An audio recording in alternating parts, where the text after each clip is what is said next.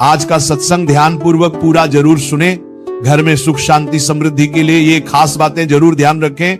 आप सभी लोग जो अपने घरों में दीपक जलते हैं, उसकी बाती का पूरा जल जाना या बच जाना क्या संकेत देता है?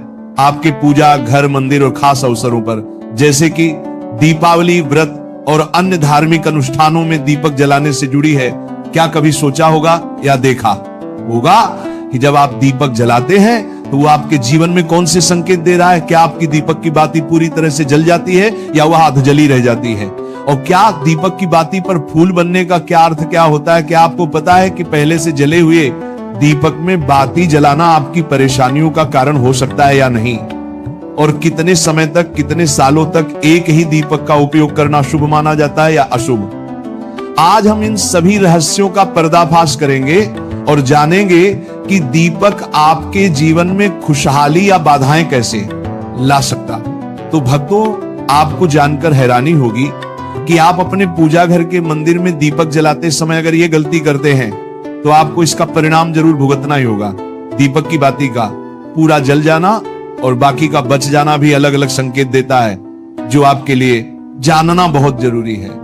जब हम पूजा करते हैं तो हमारा दीपक कभी कभी अचानक से बुझ जाता है और कभी कभी ऐसा होता है कि हमारी पूजा होने के बाद हम उस दीपक को भगवान के सामने जलता छोड़ देते हैं, लेकिन कुछ समय के बाद में दीपक खुद बखुदा जली बाती और घी बचा रह जाता है।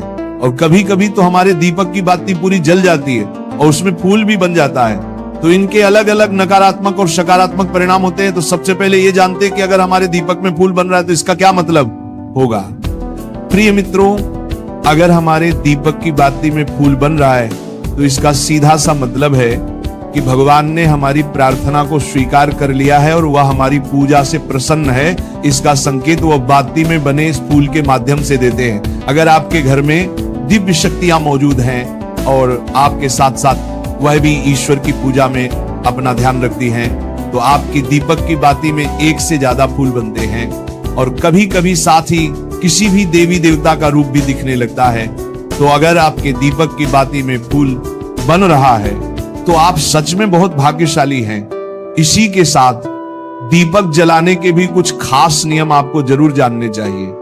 भक्तों, अगर आप पहले से जले हुए दीपक में अपनी बाती रखकर जलाते हैं तो ऐसा करने से दुर्भाग्य आपका पीछा कभी नहीं छोड़ता है। अगर दीपक में पहले से जली हुई बाती की राख या फिर रुई और कालिक है और आपने अपनी बाती इसमें रखकर जला दी तो ऐसा करने से भगवान आपसे प्रसन्न होने की बजाय नाराज हो जाते हैं और आपको इसके बहुत ही भयानक परिणाम देखने को मिलते हैं।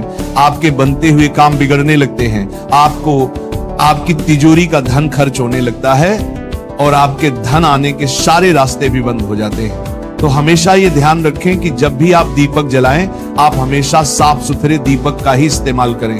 दोस्तों, इसी के साथ कुछ लोगों की आदत होती है कि वह हर थोड़े दिन बाद अपने दीपक को बदल देते हैं। इस पर गुरुजी का कहना है कि आप जिस दीपक से पूजा करते हैं उसे कभी मत बदलिए, आप उस दीपक को सिद्ध हो जाने दीजिए। जब कोई दीपक रोजाना भगवान के सामने जलता है तो वह दीपक समय के साथ सिद्ध हो जाता है। भगवान की सकारात्मक ऊर्जा उस दीपक में आ जाती है और जब भी आप वह दीपक जलाते हैं तो आपका तन और मन दोनों पवित्र हो जाते हैं। तो आप हर रोज उस दीपक को साफ कीजिए, फिर उसमें बाती रखकर जलाएं। आप जितनी बार भी दीपक जलाएं उतनी बार उस दीपक को साफ करके बार बार उसी दीपक में बाती जलाएं। लेकिन अगर आप गलती से भी उस दीपक को बदलते हैं तो आपकी तरक्की में रुकावट आ सकती है। इसलिए आप अपने दीपक को कभी भी मत बदलना। 10 साल 20 साल तक आप उसी दीपक में लगातार बाती जलाएं, इससे आपका दीपक सिद्ध हो जाएगा और आप इसका चमत्कार अपने घर में भी देख सकते हैं। अगर आपके घर में कोई भी रोगी हो, बीमार हो या किसी का बुखार नहीं जा रहा हो तो आप इस दीपक को थोड़ी देर के लिए किसी बर्तन में डालिए और अब उस रोगी को ये पानी पिला दीजिए। 10 से 15 मिनट के भीतर उसका बुखार उतर जाएगा। वहीं अगर आपके घर में किसी को नजर लगी हो या फिर आपके व्यापार में किसी की नजर लगी हो, आपका धंधा अच्छे से नहीं चल रहा हो, तो भी आप इस दीपक को तांबे के बर्तन में पानी भरकर उसमें डाल दीजिए और रात भर के लिए छोड़ दीजिए। अगले दिन सुबह पानी का छिड़काव अपने घर में और अपनी दुकान पर करिए। ऐसा करने से आपको साफ साफ परिणाम दिखाई देंगे, क्योंकि जब हम लगातार एक ही वस्तु का प्रयोग अपनी पूजा में करते हैं तो वह वस्तु शुद्ध हो जाती है। भगवान की जो ऊर्जा होती है वह उस वस्तु में समा जाती है। तो कभी भी अपने मंदिर के दीपक को बदलने की गलती ना करें। दोस्तों, अगर आपके मंदिर का दीपक टूट जाता है या फिर खराब हो जाता है या खंड हो जाता है, तभी आप उस दीपक को बदल सकते हैं। लेकिन फिर भी आप उस दीपक को ना फेंक, बल्कि इसे अपने घर में संभाल कर रखें, क्योंकि ये भगवान की सकारात्मक ऊर्जा का भंडार होता है। वहीं अब आपको ये भी बता देते हैं कि अगर आपके दीपक की बाती पूरी नहीं जलती है और आपके दीपक में घी बच जाता है तो इसका क्या परिणाम होता है। सबसे पहले ये देखिए कि अगर आप किसी भी पेड़ पौधे की पूजा कर रहे हैं और पूजा में जलाया हुआ दीपक पूरा नहीं जलता या फिर उसमें घी बच जाता है, तो इससे आपके घर में बीमारियां घर बना लेती हैं और ये बीमारी कभी भी आपका पीछा नहीं छोड़ेगी।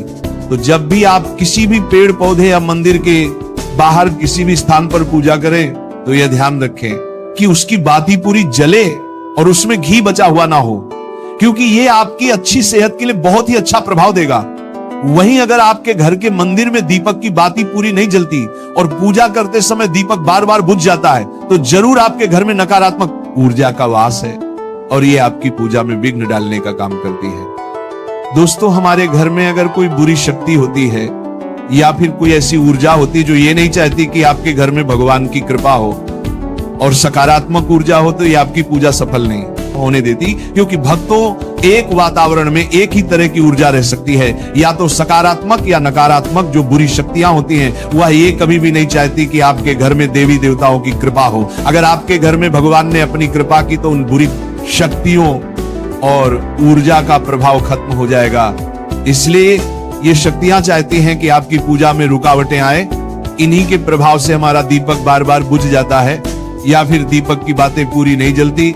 इस सब से बचने के लिए आपको सच्चे मन से भगवान का स्मरण करना चाहिए। जब भी आप दीपक जलाएं, भगवान से प्रार्थना करें कि आपके आसपास जितनी भी नकारात्मक ऊर्जा हो वो आपसे दूर रहे और भगवान की कृपा आप पर बनी रहे। ऐसी शक्तियों से बचने के लिए जब भी आप दीपक जलाएं, गंगा जल से एक गोल घेरा बना लें और उस घेरे में दीपक को रखें, क्योंकि दोस्तों गंगा जल को बहुत ही पवित्र माना गया है और महादेव का वरदान भी गंगा जल को प्राप्त है।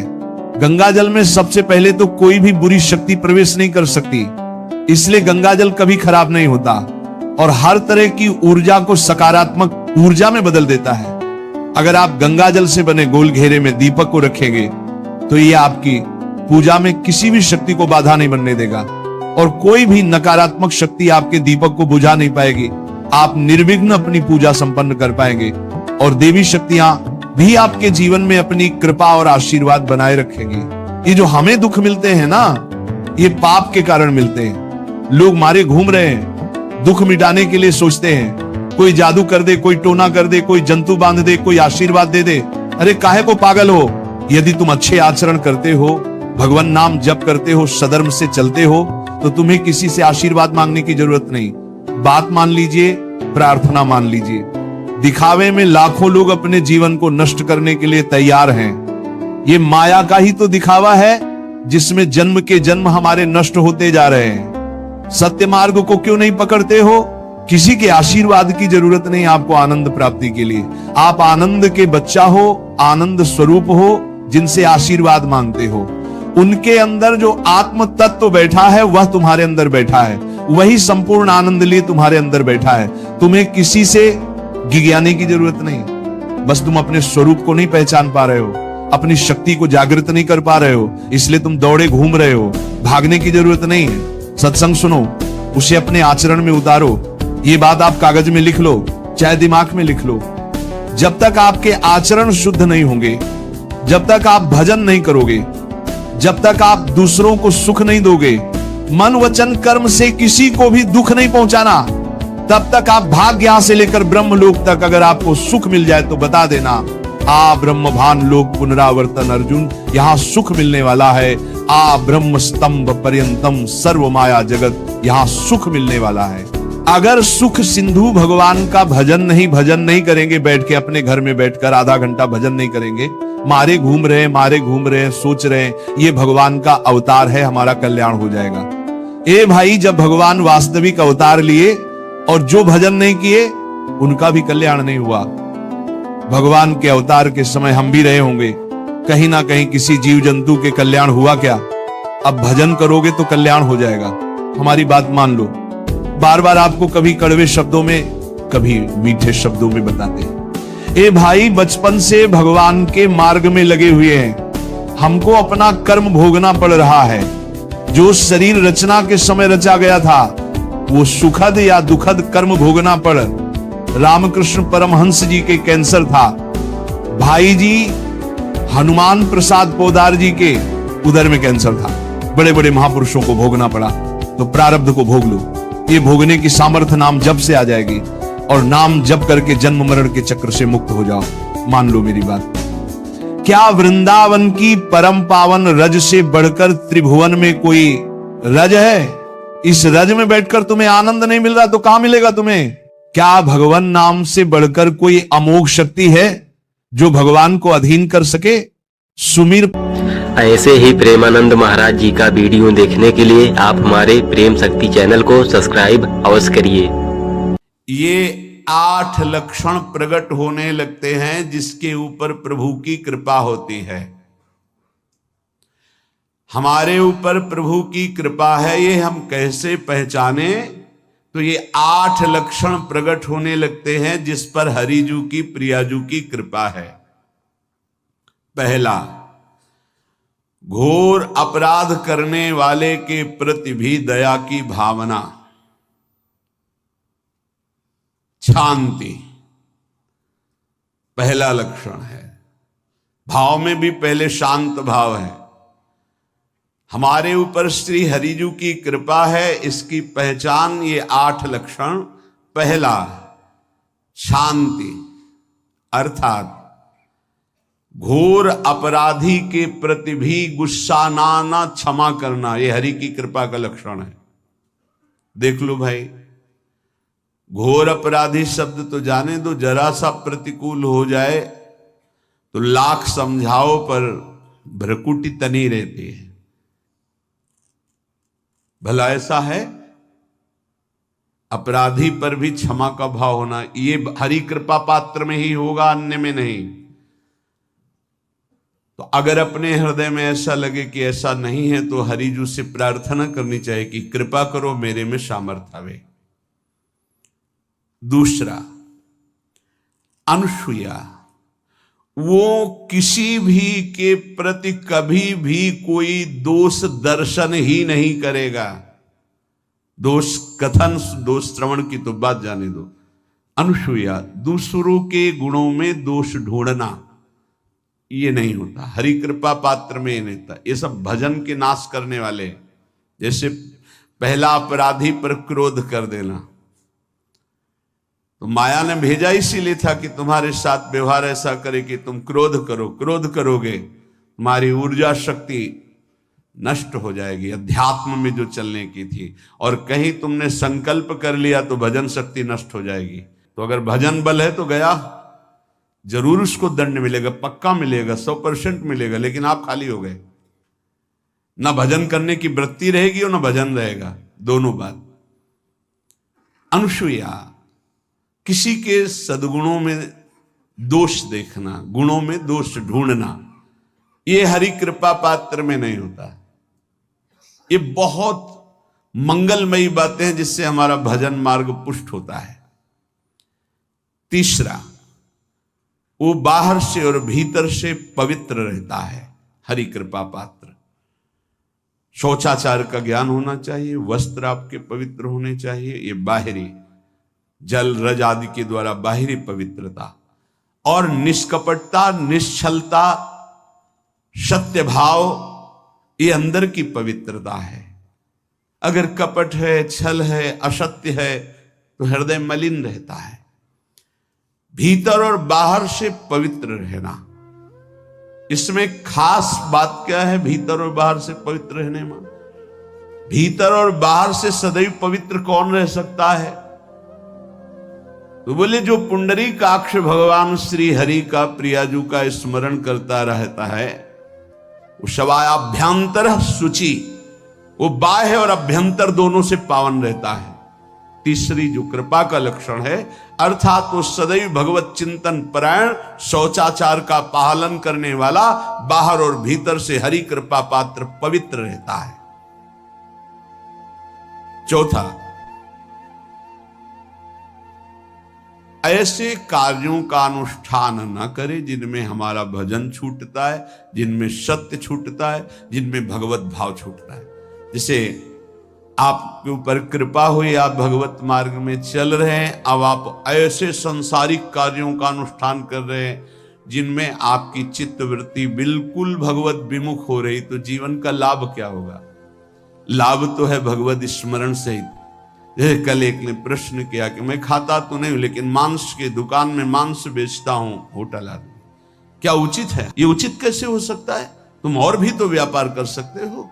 जरूरी है धर्म का पालन करने की इच्छा करते हो, धर्म आचरण करते हो, ऐसा नहीं। तो विरत बहुकर्मा, उन कर्मों से हमें विरत रहना है जो हमारे धर्म के विरुद्ध है, जो भजन के विरुद्ध है। हरि कृपा पात्र ऐसे कर्मों का अनुष्ठान कर ही नहीं सकता।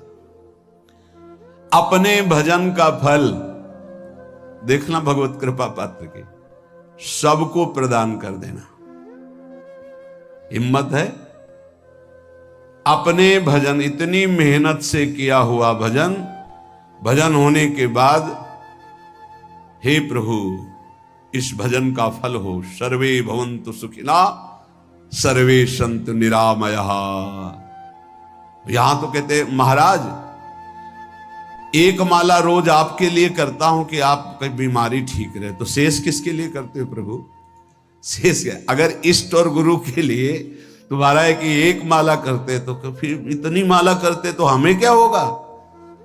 सब आपको दे देंगे तो हमें क्या होगा? तभी भजन का रहस्य नहीं जाना। छठवां, अपने भजन से अपने लिए कुछ भी ना चाहना और दूसरों की तो बात जाने दो, दूसरों से कुछ ना चाहना ये तो ठीक है, अपने भजन से अपने लिए कुछ ना चाहना है हिम्मत। देखो ये हरि कृपा पात्र में हिम्मत होती है। अपना भजन अपने प्रयोग में ना लाना, इसका भी आंतरिक रहस्य है। अपने प्रयोग में आप शरीर को लेकर के बोलेंगे, अगर स्वरूप को लेकर तो प्रयोग की कोई वहां जरूरत ही नहीं, स्वरूप पूर्ण काम है, वहां कोई अभाव नहीं। जब आप कोई भाव अपने लिए करेंगे तो देह भाव होगा, देह भाव से किसी विषय की मांग होगी। विषय पूर्ति भजन का फल नहीं होता, भजन का फल होता विषय निवृत्ति। बहुत जोर की बात है, कैसे समझ में? अपने भजन का भी फल अपने लिए नहीं, दूसरों से कुछ चाह रखना तो बात ही जाने दो, भजन से भी कोई अन्य सुख की चाह नहीं हुई। क्या चाहिए? भजन ही बनता रहे, भजन का फल भजन बनता रहे, खूब निरंतर जप करते रहे। सातवां, किसी भी मान सम्मान कीर्ति पद प्रतिष्ठा के मिलने पर हृदय का असंतुष्ट हो जाना, यह हरि कृपा पात्र का लक्षण होता है। प्रणाम नमस्कार जय हो तो हृदय में असंतुष्ट हो जाना चाहिए। कोई किंचन मात्र अभिमान न उदय हो जाए। प्रभु बचाओ, ये माया की चकाचौंध से बचा लो नाथ। कौन सा अपराध बन गया कि आपकी जय की जगह यहां हमको ऐसा सुनना पड़े। मान प्रतिष्ठा कीर्ति जिसके लिए बड़े बड़े लालायित रहते, हरि कृपा पात्र को विष की तरह चुभती है। और आठवां,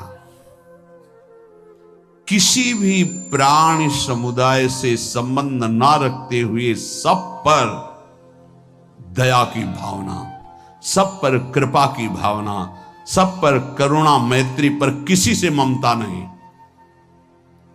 ये सूत्र बहुत व्यवहार में प्रयोग करने योग्य है। सबसे करुणा और मैत्री, पर किसी से ममता नहीं।